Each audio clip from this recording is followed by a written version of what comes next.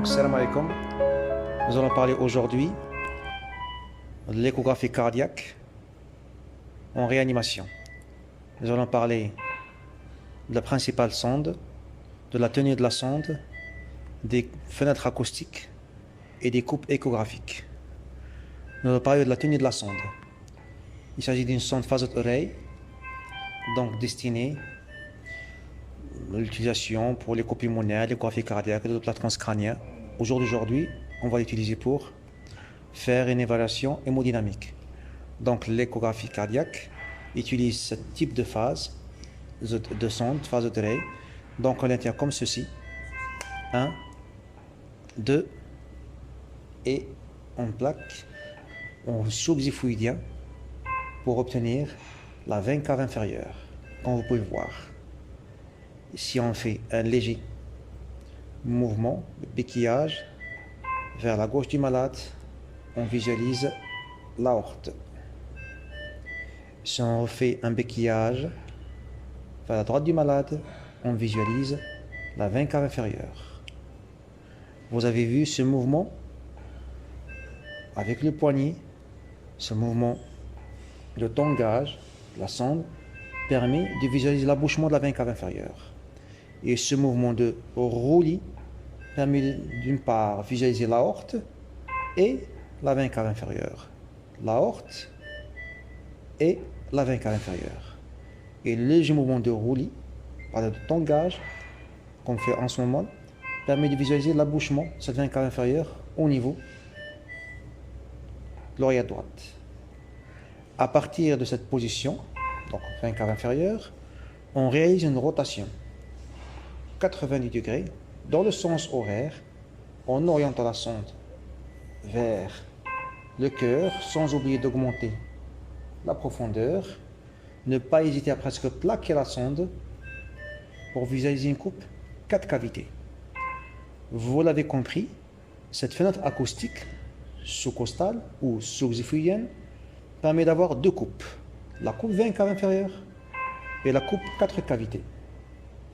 La coupe veine cave inférieure nous renseigne sur la volémie en situation d'hypovolémie extrême. D'accord? On peut avoir une veine cave qui est dilatée et peu compliante. Mais aussi, cette coupe, à partir de la rotation dans le sens horaire, permet de visualiser les 4 cavités sans passer par le poumon. On voit bien le cœur droit, mais voilà, on voit bien le cœur droit, le cœur gauche, le septum interventriculaire. Cette coupe permet surtout de rechercher la présence d'un épanchement péricardique. Par exemple, là, le foie, on recherche l'épanchement.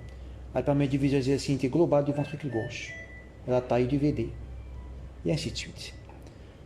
À partir de cette coupe, on passe à la coupe apicale, plutôt la fenêtre apicale, qui va permettre de visualiser les 4 cavités. Ne pas hésiter à modifier la profondeur pour voir les 4 cavités. Visualisez ma main.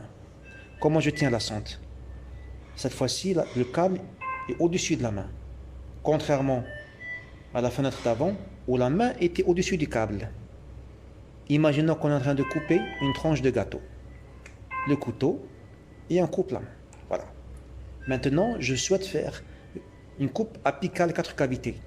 Ma main passe en dessous du câble, de curseur en direction de l'aisselle gauche du malade, et je cherche.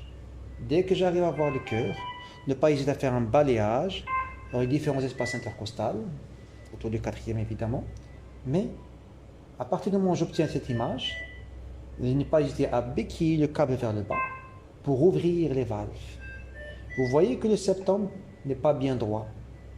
Donc ne pas hésiter à faire ce mouvement avec le poignet pour verticaliser le septum. Voilà. Maintenant nous avons une coupe 4 cavités, ventricule gauche, ventricule droit, avec un septum bien droit. Mais les valves qui ne s'ouvrent pas correctement, on n'hésite pas encore une fois à faire un béquillage, câble vers le bas, pour ouvrir les valves. Je recommence. On prend la sonde, on la tient correctement, la main au-dessus du câble, on suit mamelonnaire, un espace intercostal. Dès lors qu'on voit un battement, c'est bon, de forme ovalaire, on ne voit pas les valves, On fait un béquillage, câble vers le bas. On ouvre, on visualise les valves. Malheureusement, comme on voit ici, le septum n'est pas bien droit. On verticalise ça avec ce mouvement du poignet. Le septum est bien verticalisé. Maintenant, on observe. D'optimiser l'image obtenue. On change d'espace, ne pas hésiter. Voici la coupe 4 cavités avec les valves mitrales, le septum et les valves tricuspides. À partir de cette coupe, on fait un léger béquillage câble vers le bas pour visualiser la 5e cavité. Vous voyez là, la 5e cavité commence à s'ouvrir. Voici la aorte. On aura besoin de cette coupe pour évaluer le volume d'éjection systolique, ou bien l'ITV.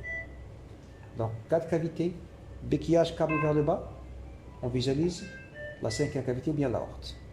À partir de cette coupe, on peut passer à l'autre coupe, 3e fenêtre, pardon, c'est bien fenêtre parasternale. Et vous voyez ici la tenue de la sonde. Hop, et je pose directement le plat. Et je fais un balayage. En parallèle au sternum, on voit ici la parasternale grand axe. Regardez le curseur vers l'épaule droite du malade. On lui permet de visualiser le ventricule gauche, le ventricule droit, le septum, les valves mitrales et même les valves sigmoïdes, aortiques et bien sûr la paroi postérieure du VG et l'aorte descendante. Cette coupe, à partir de cette coupe par un grand axe, on n'hésite pas à faire une rotation de 90 degrés dans le sens horaire vers l'épaule gauche du malade pour visualiser la parasternale petit axe. Avec cette coupe, nous permet de visualiser les différents segments du ventricule gauche depuis la base jusqu'à la pointe. Permet de rechercher le septum paradoxal. Ici, il n'y en a pas, évidemment, devant le ventricule droit et les sigmoïdes, les valves tricuspides. Vous l'avez compris, on fait simple, c'est-à-dire une sonde, un cœur, 3 fenêtres, 6 coupes. La fenêtre sous-costale, la fenêtre apicale et la fenêtre parasternale. La fenêtre sous-costale pour la 20 cave inférieure et la 4 cavités. La fenêtre apicale pour les 4 cavités, on optimise la coupe, mais aussi la 5e cavité avec un léger béquillage vers le bas. Voilà la 5e cavité. Et enfin la fenêtre parasternale pour la parasternale grand axe et la parasternale petit axe. Je vous remercie pour cette séance. La suite, la fois prochaine.